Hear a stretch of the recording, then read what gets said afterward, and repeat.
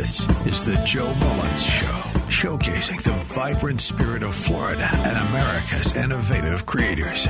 This is the place for captivating conversations, inspiring guests, and industry professionals celebrating the best place in the world to live, shop, work, and play. And now, your host, County Commissioner, entrepreneur, and freedom advocate, Joe Mullins. Hello, Florida. This is Joe Mullins of the Live, Work, Shop, Play Show, and welcome to another beautiful weekend in the greatest state in the greatest country to live, work, shop, and play, the state of Florida.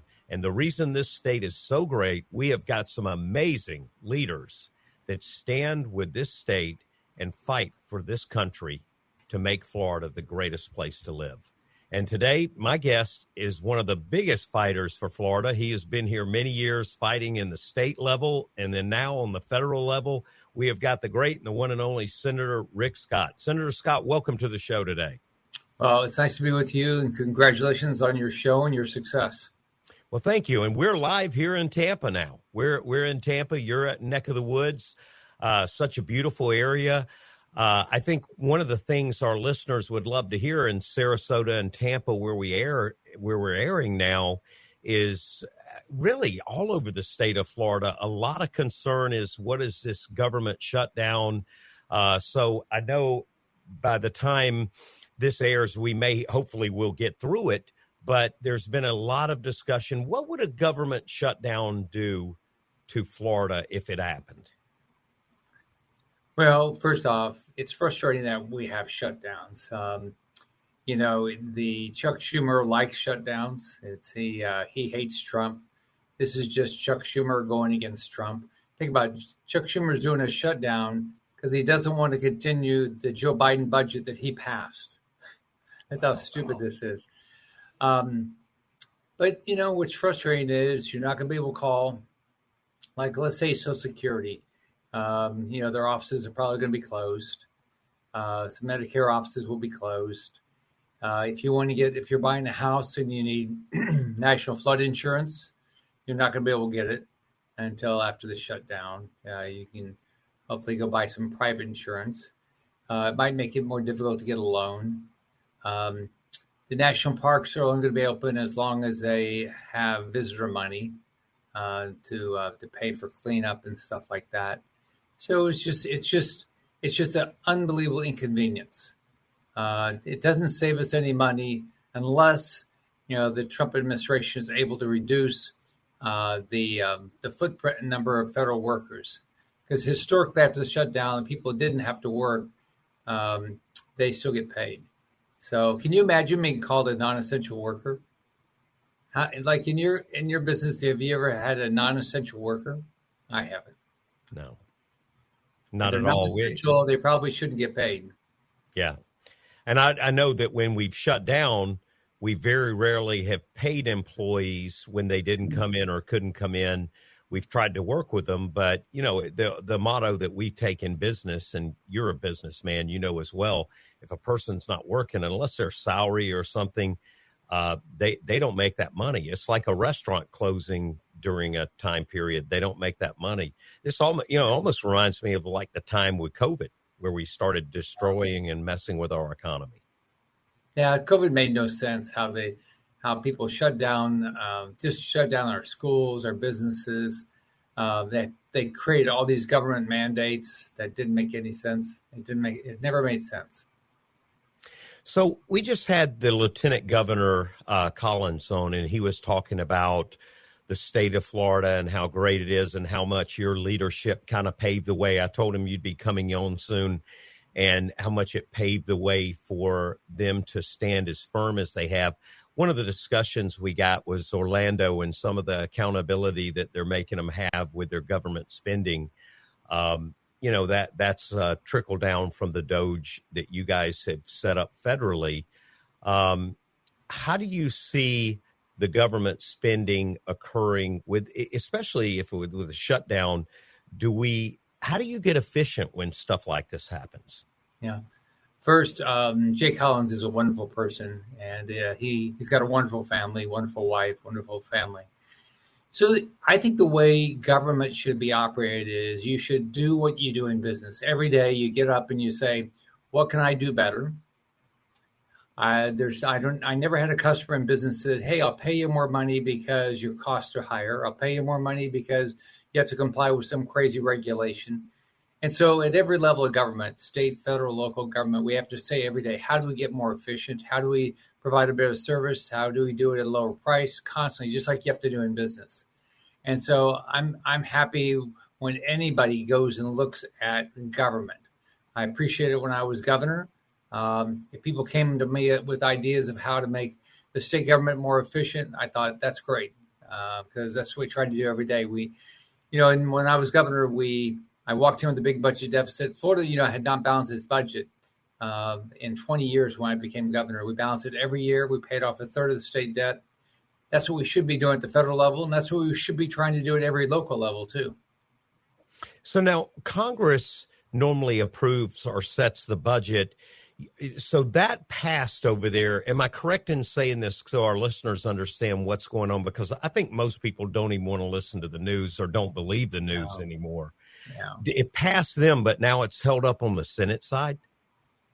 Yeah, so the House passed. Well, first off, we're only doing this because the Democrats did not allow us to pass budgets. Now, we actually haven't passed budget since I've been in the Senate for 6.5 years. Wow. So what they do is the budget should be done by September 30. We don't even vote on a budget. I'm on the budget committee. We don't even have budget meetings. Okay, I'm not chair of the committee, so I can't control it.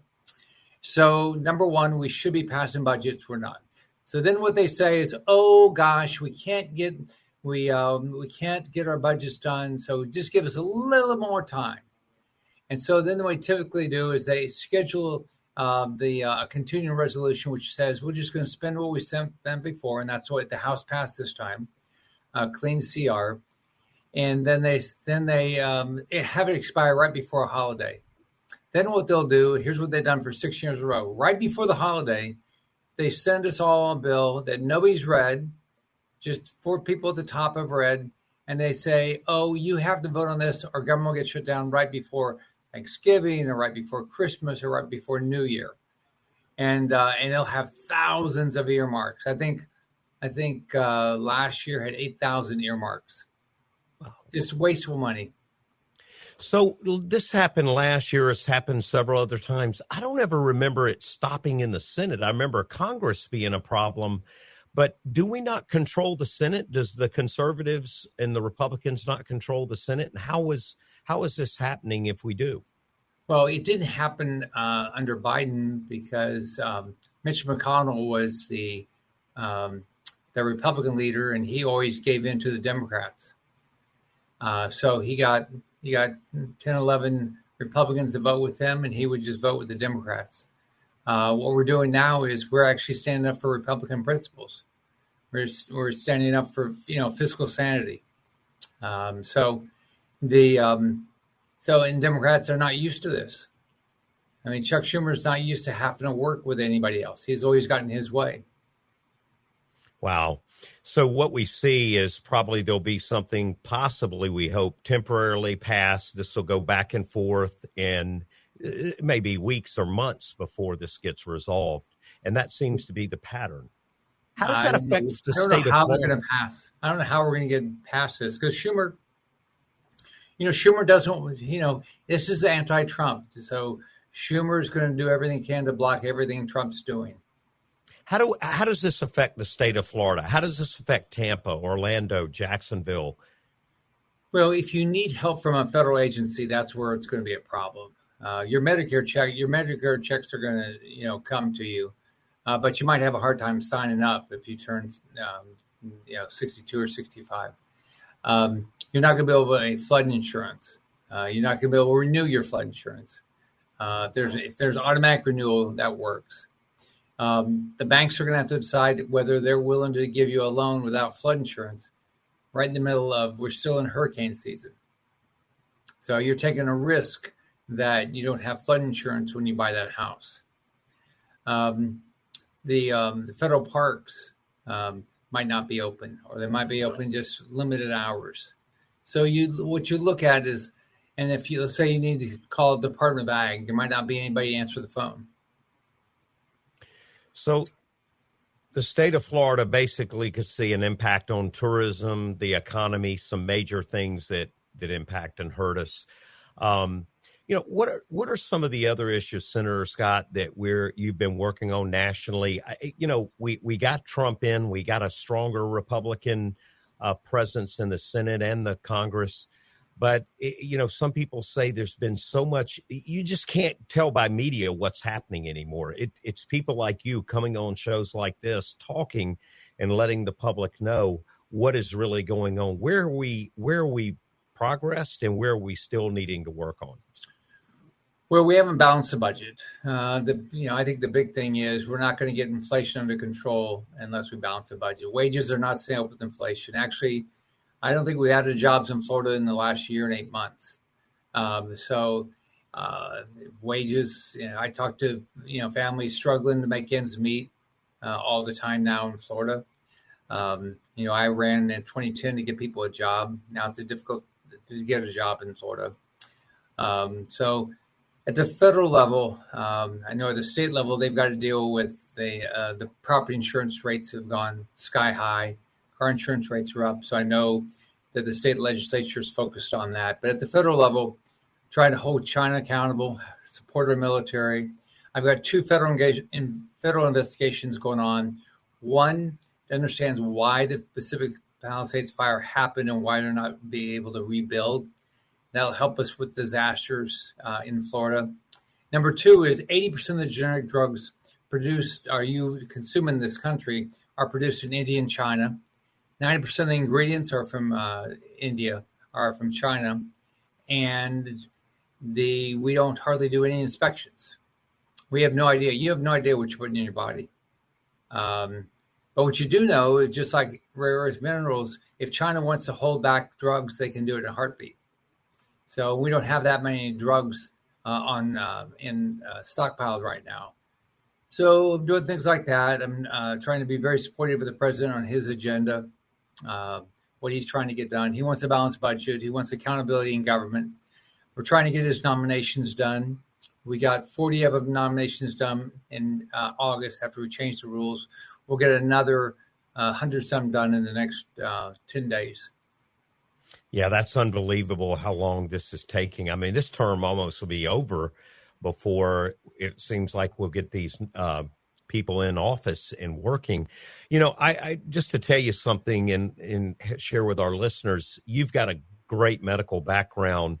I was up a few weeks ago, probably about 2 weeks ago in Atlanta at Emory, and I was in an event where my father was being recognized, who was a well-known pathologist, and they studied disease.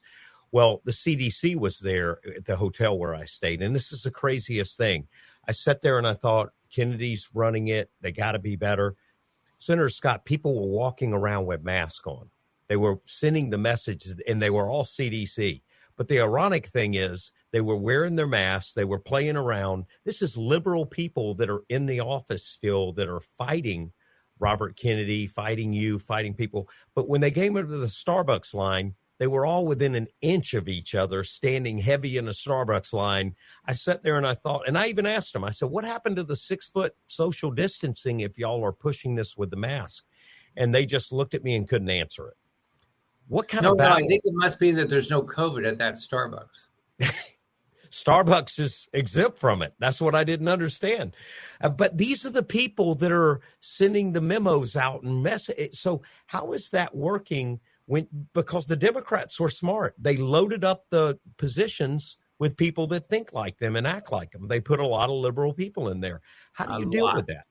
How do you deal with that? Well, first off, there shouldn't be, there shouldn't be any bias.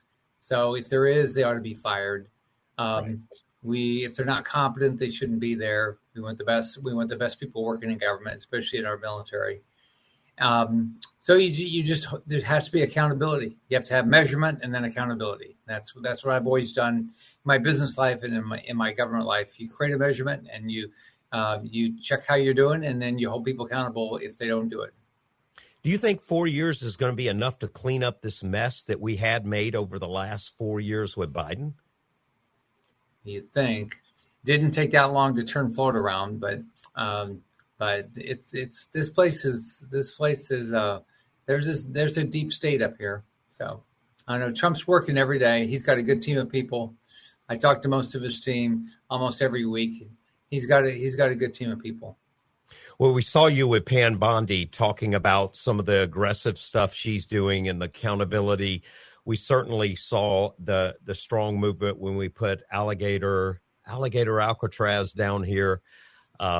Such a great, I think it's great having something like that. It sends a strong message in one of the weakest states that can be penetrated because of so much foreign people coming in here, yet we're the strongest. So, tell me some of the stance that you guys have done to help the state and how that's worked together. Well, first off, you have to really admire Trump. He secured the border very quickly. This summer we reduced taxes by over $4 trillion. We've been working with the federal agencies to reduce the regulatory environment to help our businesses to grow. I think Bobby Kennedy is doing a good job of trying to get information out to the public on a variety of health issues. So a lot of it is trying to be transparent, trying to get people good information so they can make good decisions. That's what a lot of it is. Now, when you left office as governor of Florida, we were very close to having a liberal Democrat take over the state of Florida, which would have destroyed it with COVID. Governor Collins or Lieutenant Governor Collins are talking. We'd probably still be closed. The country would be turned around, and it'd be done. There would be no more America. We would have had to have succeeded and split everything up because it would have been a disaster. Leadership is so important, and having people like you in office. We've got a midterm coming up. We've got a lot of important elections. How are you guys working on a federal level to help Florida secure and not be overturned by some of that craziness?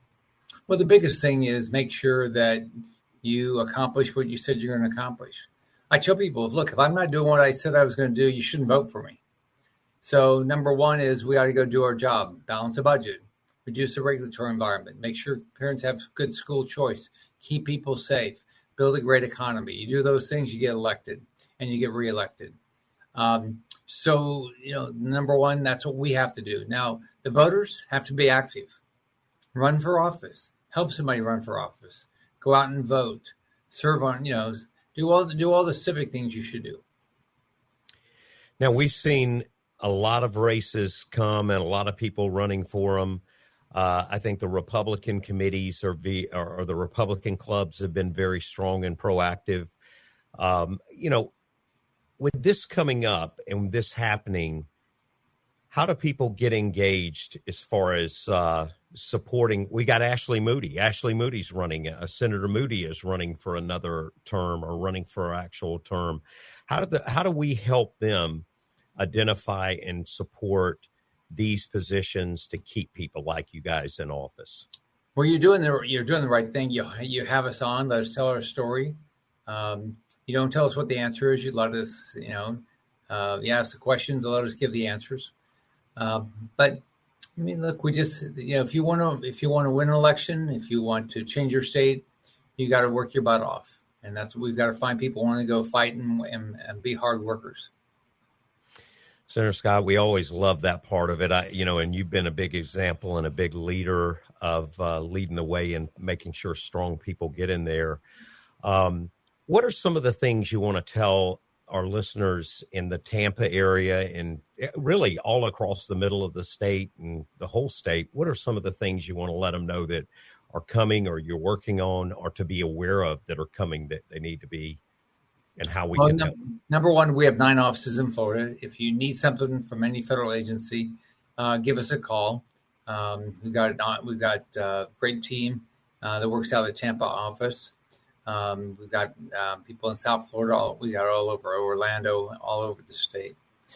So I tell people I can't solve problems I don't know about. So tell us the problems and we'll work on. Maybe we can't solve it, but if you tell us about it, we're going to work our butt off and try to be helpful to you. I hope everybody, works hard to try to continue to build our state to be the best place in the world to live, work, and play. That means we got to continue to build jobs, new businesses, make sure kids have good school choice, make sure people are safe. Thank God for our law enforcement, our sheriff's departments, police department in particular, because they make it for people who want to open up a business, want to buy a house, because they're in safe neighborhoods. Senator Scott, I was just out talking to some guys that were out in California, and it was one of the big sporting events they held out there, and they said they never want to go to California again. No. It felt unsafe. It felt bad. The poverty, the people in the streets, they couldn't walk to the venue without. Yeah, amazing. How does Florida not have all that going on? Well, we have great law enforcement. We have great elected officials. Our sheriff departments are elected, county-wide. They really care about the safety of their counties. We've got mayors that are doing the right thing, a hiring great police chief. And so I think you put that all together with the Florida Department of Law Enforcement and Highway Patrol, we're a safe place. When I left, we were at a 47-year low in our crime rate, and I think it's continued to go down since I left. Yeah, it's looking amazing. Let's also talk about the recent assassination of Charlie Kirk. Amazing guy. We've both got to work with him, talk to him. Amazing guy. Was out there just doing. Really, I compared him in a show to Martin Luther King, and so just same instance. Out there trying to speak his voice and talk, and the far left turned around and started attacking and saying all kind of. He deserved it. He asked for it. Lieutenant Governor Collins and I were speaking and said, imagine when Pulse happened. I think that happened when you were governor. Imagine if the conservative side, the Christian side, would have turned around and said what they said with Charlie Kirk. Well, they deserved it. They would have had a fit. They would have went crazy. We didn't do that. We didn't act that way. What is your comments on what happened and the way the country? First off, Charlie was a good friend. I did the show almost every Monday. I talked to him 2 days before he was murdered. We talked about him going to that campus. I go to campuses quite a bit. And you just can't imagine what happened there. And a wonderful person. So your heart goes out to him. But the positive is Charlie built a great organization. They're going to go on. They're going to continue to prosper. If you look at the numbers, at least, it looks like more and more chapters are opening. So we've got to tone down everybody's got to be, understand that there's violence. There's violent people out there, and you're going to have to be safer. You got to be careful of what you say, which is fine with me. I mean, we should not be inciting violence, period. But right. What a wonderful person. It's so amazing seeing what his wife's doing. How she's standing strong, and some of the comments she made at the funeral. They always said behind an amazing man is a even more amazing woman. And I look at the example of your wife and what she does for you and how strong she is. It's true. You see this and you see him in the background, but then there's also the fear of knowing that even you, if you go out to work one day, you've got this deranged people out there that you may not come back home to your family. This is a job for you, but you have a bigger job, and that's a father, your husband. You've got those roles. How do you feel with that happening, and what kind of security has been taking place? Well, you try to be safe. When I was governor, I have law enforcement 24 hours a day. So, you just continue to add more security to the extent you can. So you just try to be safe and always know you're in God's hands, and God's going to take care of you. Senator Scott, as we wrap up here, is there anything you'd like to let our listeners know and the areas know in specific? Well, my heart goes out to you if you're dealing with the shutdown. It is having an adverse impact on you. I'll do everything I can to get our government reopened. If you need anything, I've got 9 offices. Just give us a call. We have a great team that works their butt off to try to make life better for Floridians and Americans all across the country. Senator Scott, I want to thank you for coming on and love to have you on. Always love having you on. The listeners love hearing from you and getting the truth behind what is really going on. Because if you listen to the media, it's you guys are up there fighting and ridiculous with things. But when you really look at that budget and you look at what you're doing, you're trying to correct what's been wrong so many years and so many decades for that matter. Yeah. Well, first, finally, congratulations on your show. I'm glad you're successful. You do a great job of getting the message out. Thank you, Senator Scott. We love having you on and welcome anytime. And remember, leaders like Senator Scott are why the state of Florida is the best place to live, work, shop, and play, and why all of us, the rest of the 49 states, want to mimic and be just like this great state of Florida. Senator Scott, thank you for what you do, and keep fighting for us up there. I'm going to. See you, Joe. You've been listening to The Joe Mullins Show. Find out more and engage with Joe by visiting the website, themullinscompanies.com. That's themullinscompanies.com.